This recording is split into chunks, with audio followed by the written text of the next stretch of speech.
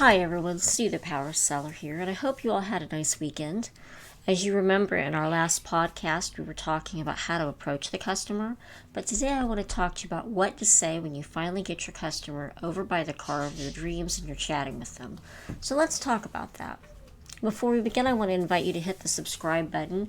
If you've not yet subscribed to my podcast or videos, I want you to know that I deliver a fresh one each week. And as always, if you have a question or comment, when this video or podcast is over, please just feel free to shoot off a question or tell us what you're thinking. That's what we're here for. Okay, but right now I want to talk to you about something that is really on the hearts of a lot of people, and that is, I had someone come to my lot and they asked me where such and such model of car was, and they wandered over there and they looked a little bit, and then I went over, to see if I could answer any questions. They're like, I think that's all I need, thanks, and they walked off. Most of the time when that happens, somebody really didn't follow the process of our sales steps that I have laid out for you in my various videos or podcasts. So right now, if you're watching this and you are completely new to the whole Sue the Power Seller channel, maybe this is your very first video or podcast you're listening to, I just want to invite you to really get in the loop and go back over the playlist, start at the beginning, because we have each of the steps for selling in sequential order. So right now we're going to talk about how to get your customer behind the wheel of a car, but prior to that, we talked about how to approach your customer. And so a lot of times when people say that, they're like, I couldn't get a test drive. Well, they just didn't approach their customer right, or they didn't have another step in place. But if that's your issue, please watch the segment I have on how to approach your customer. And if you've done that, if you're just following up for the next video after that, today we're going to talk about that. Okay, so we're going to assume that you listened to my last podcast. You've approached your customer properly so that it was permission-based and kind of tailored to their personality. You didn't scare them off. You didn't freak them out. You made yourself an available resource without rushing them or smothering them. And now you've got them over to that car that you directed them to. You've got them at the genre of car they said they wanted you to take them to. So they're there with the vans or the trucks or whatever it is. And then you just start finding out what their needs are. You're like, hey, are you maybe more interested in this size car or that size car? Were you interested in the cars that have the least gas mileage? The most gas mileage. Use the least amount of gas.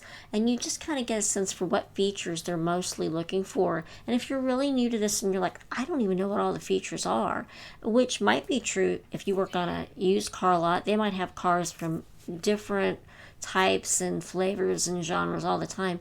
You just ask your customer, what exactly are you looking for in the way of that kind of car? Or what interests you the most? Or what did you have in mind? If you don't know what else to say, just say, what did you have in mind? And if they're like, get a few things out of them.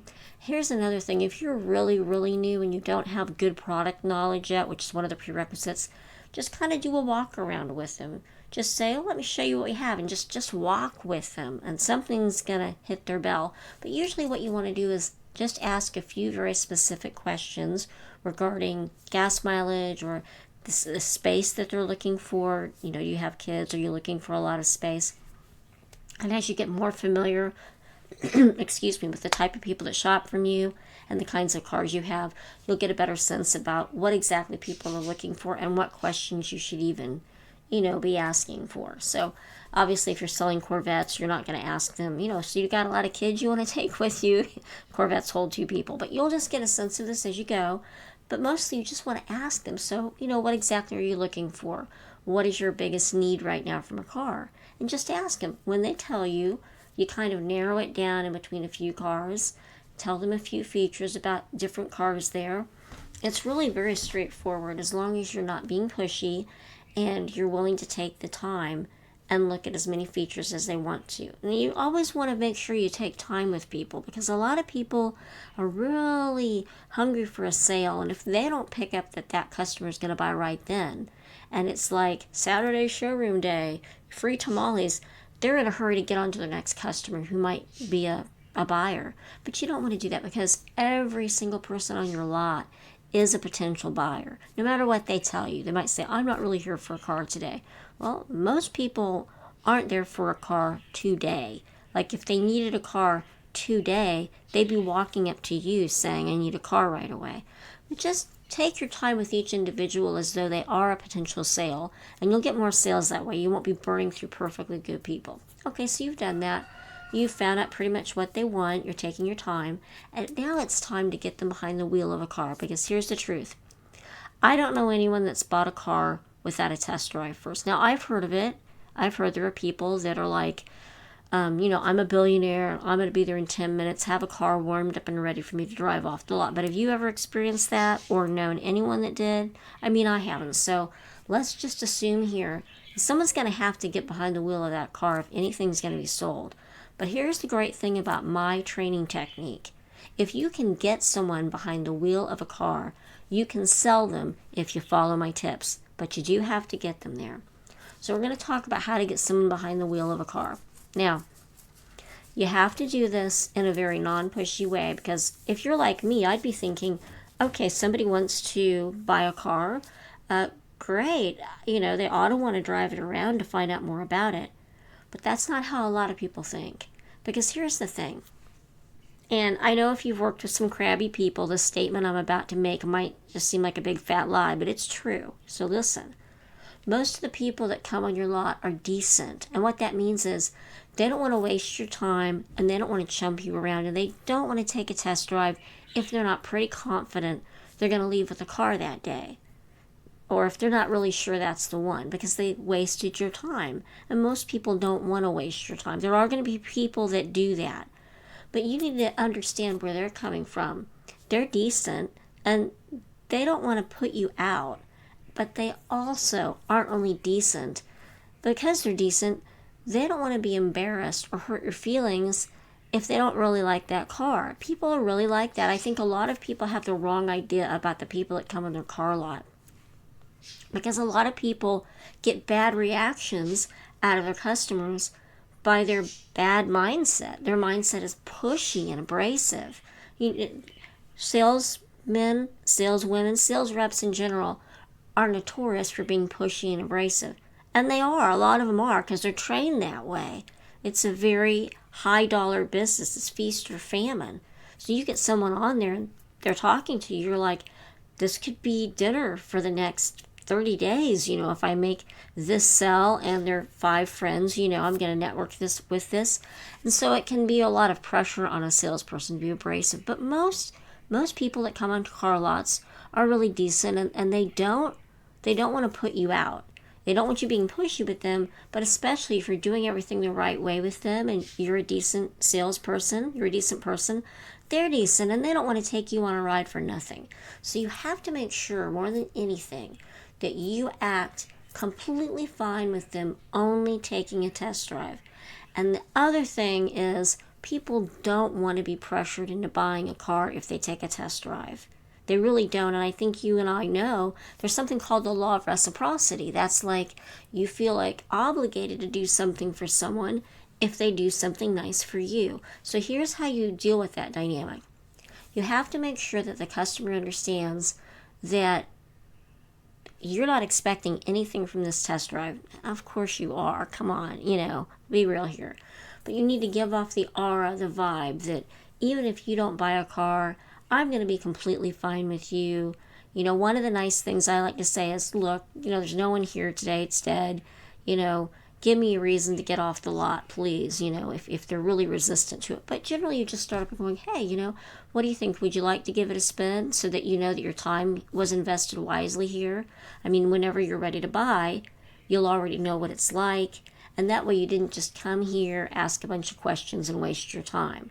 And when you say it that way, and I hope you're taking notes on exactly how I said that, when you say it that way, it kind of gives them a little subconscious nudge that I don't want to have been wasting this woman's time.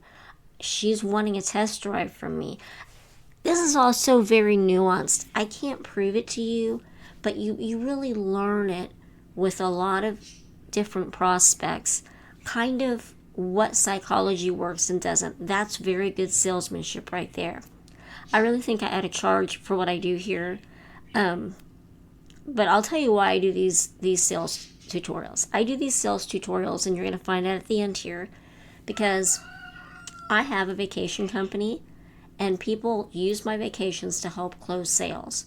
But I do the tutorials because I don't want people to become dependent upon it. Like, yo, buy a vacation and buy a car and get a vacation. I want people to really know how to sell because I also like selling cars and I like the whole craft of salesmanship.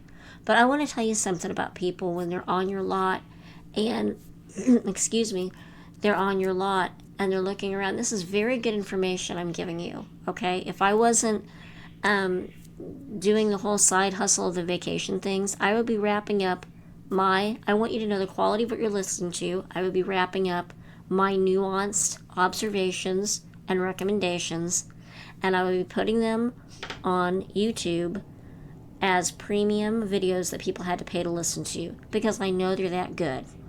But it's to my advantage to do this because people buy vacation certificates from me for $10 if they're salespeople. Now, if they're dealers, they pay more than that, and it helps them sell. But I want you to know that what I'm giving you for free is really worth a lot of money. And so I want you to pay attention to it because everything that's free on YouTube isn't necessarily cheap and easy to obtain. Okay, I want you to take notes on what I'm telling you. You need to be very nuanced here. So when you're trying to get someone into a car, you need to know what's going on in their head. I want to say right now, your mind talk and their mind talk, that is your gravy train. That's your horn of plenty once you figure that out. So you need to know what's going on in your customer right now about why aren't they taking a test drive? Why, for the love of everything holy, are they just not jumping in the car? Please, lady, just I'm bored here. Well, you can kind of let them know a little bit about that. Like, yeah, I'm just kind of bored. Why not? But the reason they're not doing it is because they're decent and they don't want to waste your time. They don't want to hurt your feelings. So you just need to make sure they understand. Look, I got nothing better to do here. And you let them know all of the reasons, some a little funny why my boss is driving me absolutely up the wall. I would just love a chance to get off the lot right now. I'd probably pay you just to take a test drive, even if you never buy from me. If you have the personality to cover that approach, I'd say that. But here is one golden gem, and that's why I'm saying I don't really charge for this stuff. I don't, because it helps what I do with the certificates. But this is so priceless. I mean, if you were selling salesmanship tips, you could sell this for money. This is your best line to get someone behind the wheel. If you don't really feel like they're going to buy today, maybe they even told you that, and they're going to kind of feel obligated to, you can feel it. One of the best things you can do to help take the pressure off them is to get them feel like they're doing you a favor. And here's a great way to do it, and it ties into the next tutorial podcast I'm doing. Just say something like this. I have been here since 9 o'clock in the morning or whenever it is. And I don't encourage people to lie, but just say, I have been here for a while now, for hours, for, 45 minutes, and I really need a snack. I mean, I don't do good without a snack. So can I just level with you? If you could just, get me in the passenger side here, get yourself behind the wheel and drive down to High Boys and get me a burger with my money, I'd be so happy. Even if you got to go right now. That'll just get you a little experience, but I really need to eat something. And they might know kind of what you're doing, but I've had this experience when you add, and you know what, I'll buy you some onion ring stew or whatever they want. Most of the time they will chuckle, give a little sigh and go, why not? And then they'll get behind the wheel. So that's just a really easy tip on how you can get someone behind the wheel. Now, once you get them behind the wheel, I want you to know where you're at right now. And man, the more I talk about this, the more I'm thinking I really ought to charge for this. Because listen, once you get them behind the wheel, it's almost like a trapdoor has closed. I don't mean to sound creepy, but really, when you get them in that car behind the wheel, you are now in the selling zone because there's a twofold process for this test drive. Number one is to build rapport, and the second one is to match their needs and wants to the features of the car. Well, if you're going to build rapport, you do that over a burger, and so we're going to talk about that in our next tutorial. We're going to talk about how to build rapport in your person. So you want to get them behind the wheel of the car. But what happens behind the wheel of the car is so special sauce, grade A, cutting edge. You got to check it out. So tune in next week for my video on that. I know people are already wanting to see it. Sorry, I got to do it at the same time, same day for consistency. But go ahead and click on that subscription button if you're not in the loop to be reminded of it. I'm going to talk to you more about that then. That's all the time we have for right now. So in the meantime, happy selling, and I will see you on my next podcast. And I am excited. Show up for this one. This is the biggie. See you then. Bye for now.